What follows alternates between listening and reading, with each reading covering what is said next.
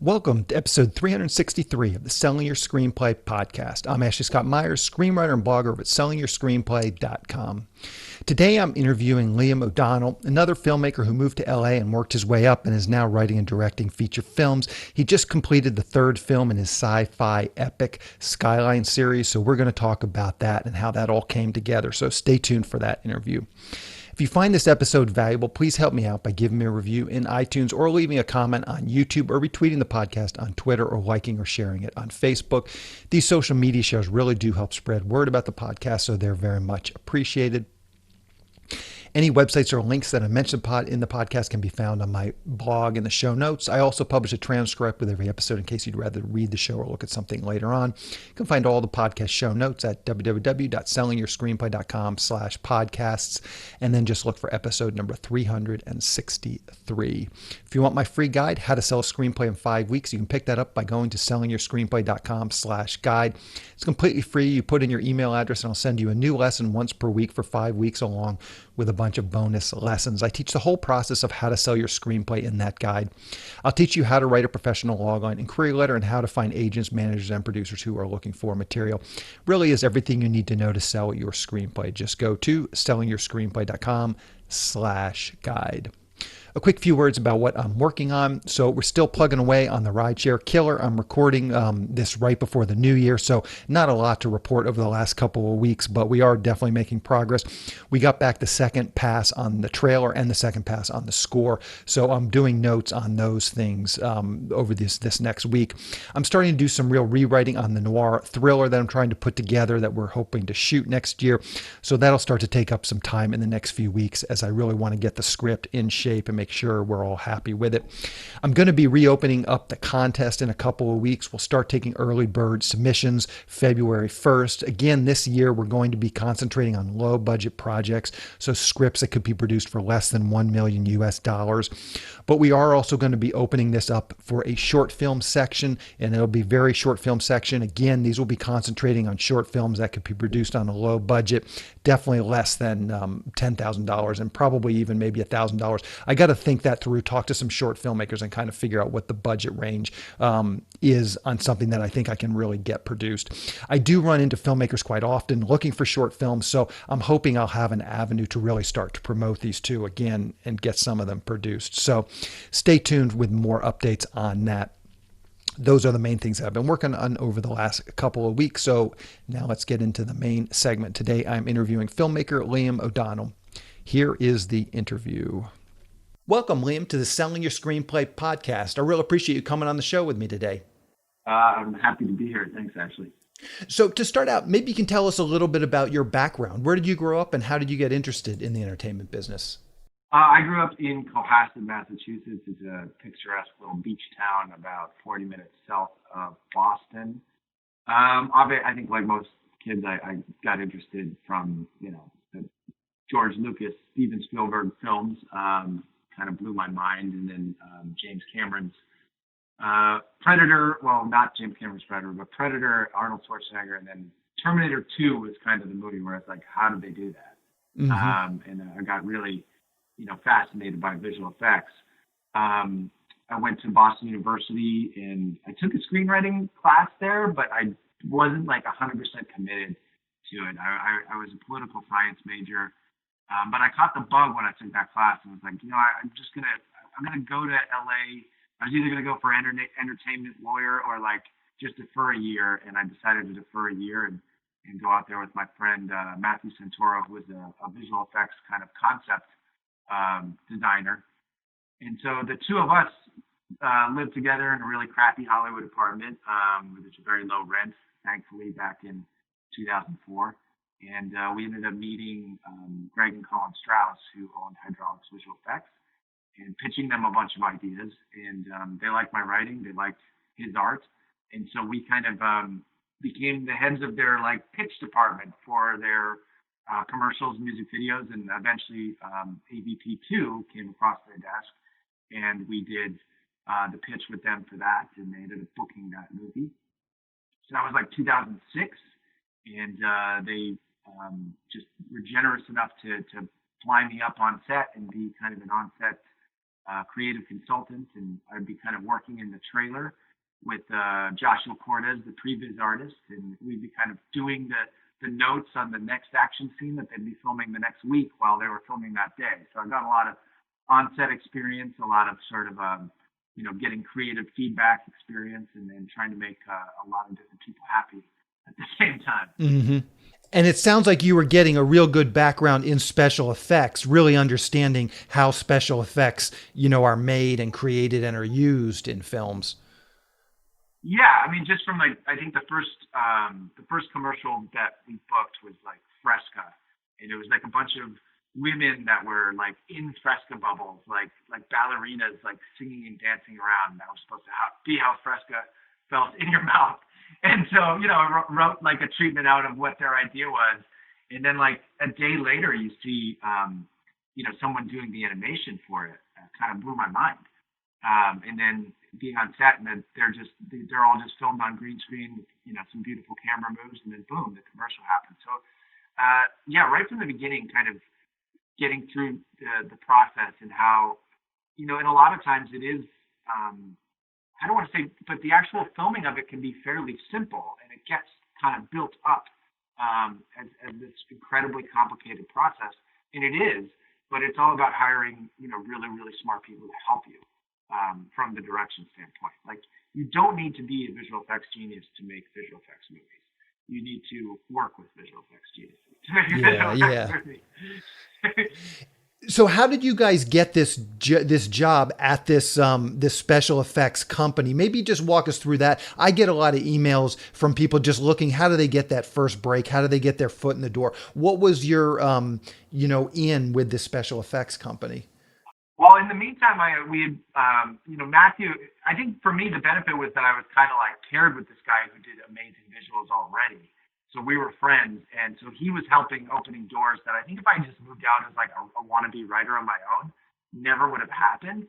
So that's one huge benefit. And two was like, in the meantime, we were working at like what I like to call a pothead production company, where they were like literally feeding us with, it was very, very indie, feeding us with like burritos and pot, and that would be like what you get as your salary. And so they were doing like local cable commercials, so like filming with a 24p camera. So I was getting experience, directing those. Like I directed, the first thing was like a local cable commercial, and then I did like a makeup, infomercial, stuff like that, where, making a tiny bit of money, but kind of getting that sort of experience. And then, with them, the guys who own that company were friends with Greg and Colin. And we were just like social friends first, but I had this pitch for this really personal, esoteric sci-fi film, and went to dinner with him and just gave him the pitch. And he read it and was like, this is too crazy, but I really like the writing. And so I think he just remembered that when he had another, I think it was eBay China commercial, and he didn't have another writer to do it, he sent it to me. And that ended up working really well. I don't think we even got that job, but the next job was the Fresca job. And we booked that, and then we like started booking more and more stuff.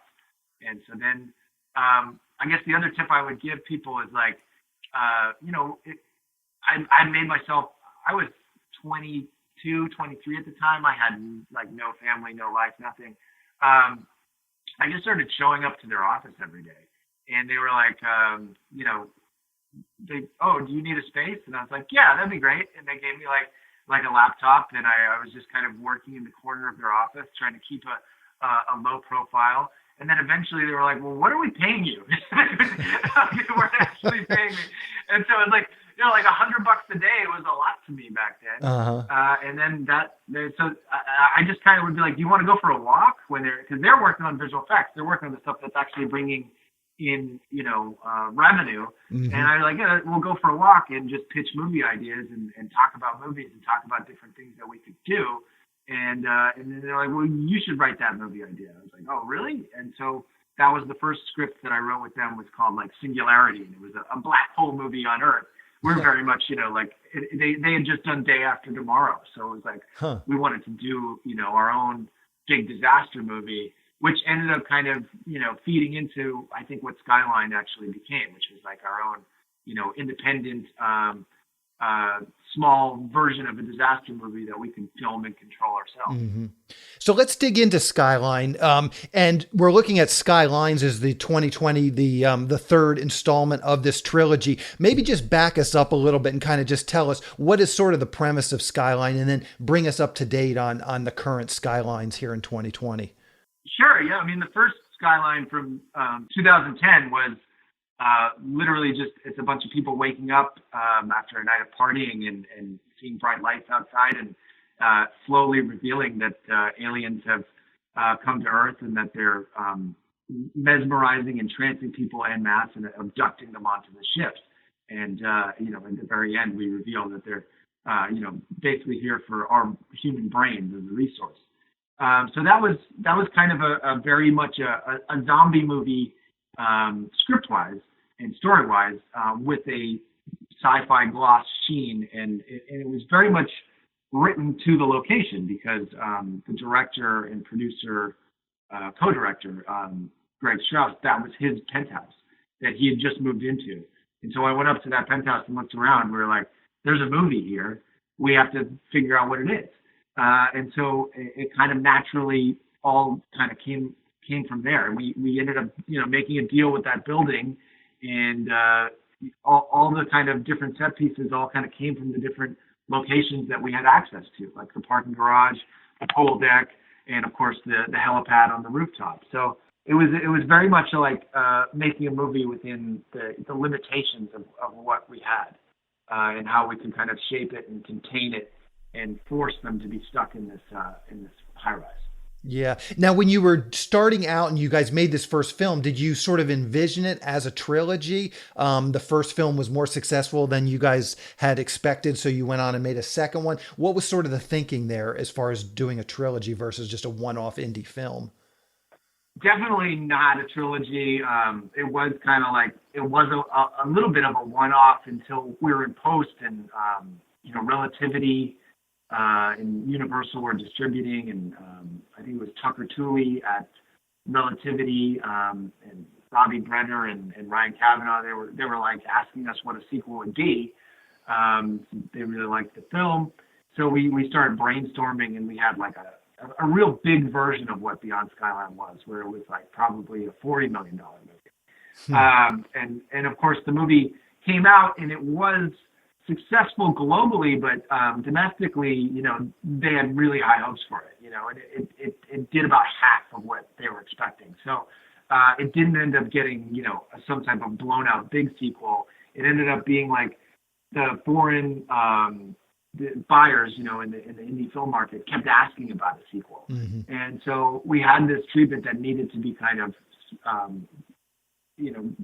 pared down and made more shootable, and have it all kind of be figured out.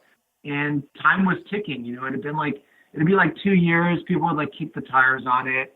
And then, we were kind of trying to get people to pay for the actual script, because we had the treatment, but we wanted to pay for the script.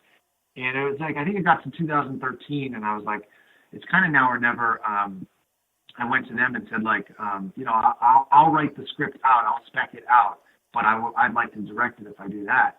And they said, okay, yeah, go for it. Because I think at that time it was like a little bit of like, yeah, like they said, now or never, like a diminishing asset, like mm-hmm. either give it a shot or it's not going to happen again.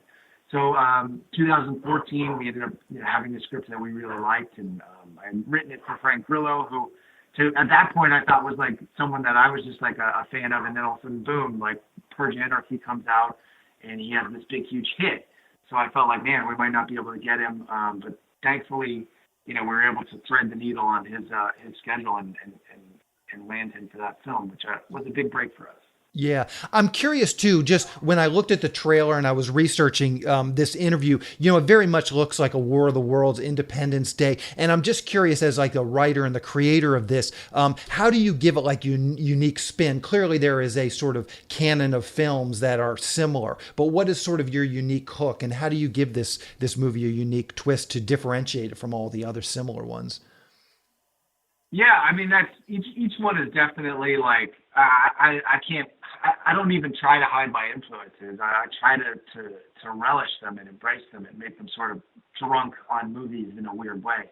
But it is kind of like you always come back to embrace like what is the unique part of these movies and these franchises, and it really is to me like the alien human hybrid aspect to it, and the fact that the first one, they're ripping out the hero's brain. The movie ends with the literal hero of the film getting his brain ripped out in front of his girlfriend and then stuffed into an alien being.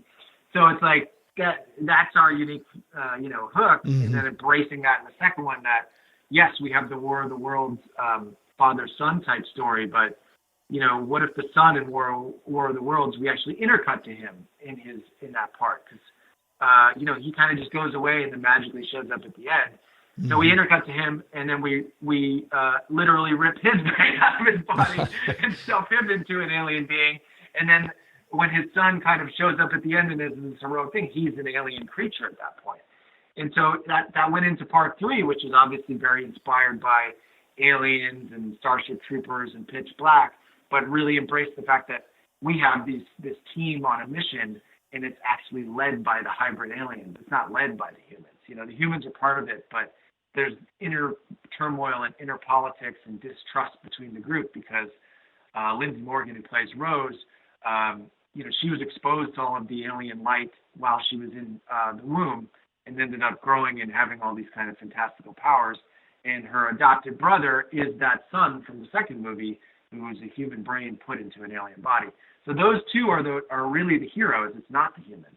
And so, yeah, it is always kind of like just leaning into the uniqueness. And what I like about it is that, like, we're kind of unapologetically strange, and we never try to put the genie back in the bottle or the toothpaste back in the bottle. Like the world basically ends at the first movie, and we kind of go with that. There's never going to be like some happy ending that undoes the damage from the first film. It's all about dealing with that trauma moving forward. Yeah. How can people see Skylines? Do you know what the release schedule is going to be like? Yeah, in all English-speaking territories, we are available December 18th on like iTunes, Amazon On Demand, VOD. We're in select theaters, which is generally usually like for Beyond Skyline, that meant just 10 screens worldwide. As of right now, like a week ago, it was going to be 100 screens and drive-ins and stuff like that. But as the lock-in gets worse, as the lockdowns and they're getting worse, I have no idea. Gotcha. But I would encourage people to see it in a drive-in if you could. That would be awesome. I'm hoping to get to see it in a drive-in. Yeah, it's definitely, like similar type release to Beyond. And then I think within a month, in January, we should be on Blu-ray and DVD as well. Perfect. And what's the best way for people to keep up with what you're doing? Twitter, Facebook, a blog, anything you're comfortable sharing, I'll round up for the show notes. It's Liam Odin, ODIN at Twitter and Instagram. And there's a kind of Skylines Facebook page that I run too, where I kind of update the three of those. So, and I think it's Skylines Film for with the 3 for the E on for Facebook. Gotcha. I'll track those down and put those in the show notes. Liam, I really appreciate you coming on and talking with me today about this film. Good luck with this film, and good luck with all your future projects as well. Absolutely. Thank you very much, Ashley. Thank you. We'll talk to you later. Bye. A quick plug for the SYS Screenwriting Analysis Service. It's a really economical way to get a high-quality professional evaluation on your screenplay. When you buy our 3-pack, you get evaluations at just $67 per script for feature films and just $55 for teleplays. All the readers have professional experience reading for studios, production companies, contests, and agencies. You can read a short bio on each reader on our website, and you can pick the reader who you think is the best fit for your script. Turnaround time is usually just a few days, but rarely more than a week. The readers will evaluate your script on 6 key factors: concept, character, structure, marketability, tone, and overall craft, which includes formatting, spelling, and grammar. Every script will get a grade of pass, consider, or recommend, which should help you roughly understand where your script might rank if you were to submit it to a production company or agency. We can provide an analysis on features or television scripts. We also do proofreading without any analysis. We We will also look at a treatment or outline and give you the same analysis on it. So if you're looking to vet some of your project ideas, this is a great way to do it. We will also write your logline and synopsis for you. You can add this logline and synopsis writing service to an analysis, or you can simply purchase this service as a standalone product. As a bonus, if your screenplay gets a recommend or a consider from one of our readers, you get to list the screenplay in the SYS Select database, which is a database for producers to find screenplays and a big part of our SYS Select program. Producers are in the database searching for material on a daily basis, so it's another great way to get your material in front of them. As a further bonus, if your script gets a recommend from one of our readers, your screenplay will get included in our monthly Best Of newsletter. Each month we send out a newsletter that highlights the best screenplays that have come through our script analysis service. This is monthly newsletter that goes out to our list of over 400 producers who are actively looking for material. So again, this is another great way to get your material out there. So if you want a professional evaluation of your screenplay at a very reasonable price, check out www.sellingyourscreenplay.com/consultants. Again, that's sellingyourscreenplay.com/consultants. On the next episode of the podcast, I'm going to be interviewing John Sweets, who has been on the show twice before, in episode 44 with his film The Scribbler and episode 309 with his sci-fi film called 3022. And now he's back on the show to talk about his latest film, Breach, starring Bruce Willis. John also directed the Die Hard battery commercial where Bruce Willis reprised his role from the iconic 80s film Die Hard. We talk about that and how doing this film with Willis actually helped him land that commercial, which is kind of counterintuitive. I actually thought when I was preparing for this interview, I kind of figured he did the commercial and then the commercial led to the film, but they really weren't all that connected. But I do think there was a little bit of help him in getting the commercial since he had already worked with Bruce Willis, but he explains it all in the episode. It's a fascinating story. John is a real doer. He's out there constantly making films. Highly encourage you. Look him up on IMDb. He's done, at this point, dozens of feature films. But in any event, we have another fascinating interview with John next week, so keep an eye out for that episode. That's the show. Thank you for listening.